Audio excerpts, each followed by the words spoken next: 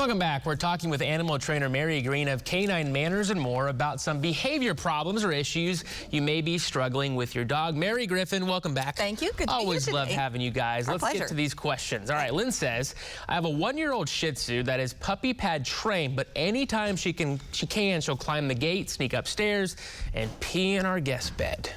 So my short answer to Lynn is shut that bedroom door. Okay. I doubt that she would probably go someplace else if she didn't have access to that. You know, if it's happening when you're not home, that's a tough one.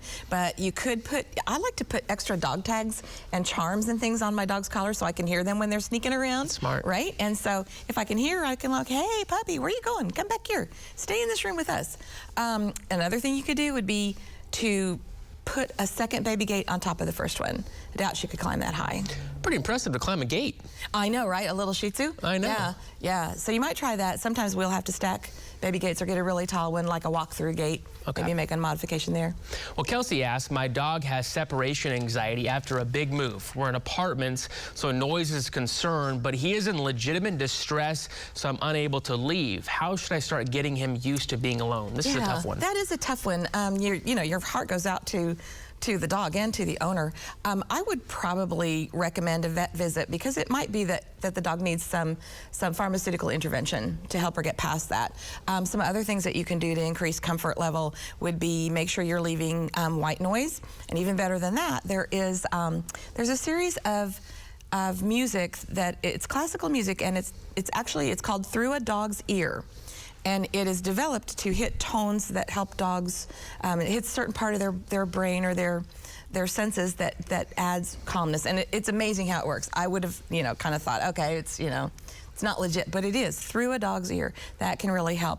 Calming spray can help. Anything that you can kind of help create more of a Zen-like Calming chews? Calming chews, you bet. Yep. Yeah. Those are great. Anything, but it might take a little pharmaceutical intervention. Patience. And a lot of patience, absolutely. All right, last one. Rosario says, I have a rescue dog that when we're on a car, or in the car or on a walk, goes frantic when he sees another person or a car and starts barking like crazy and just wants to go to them.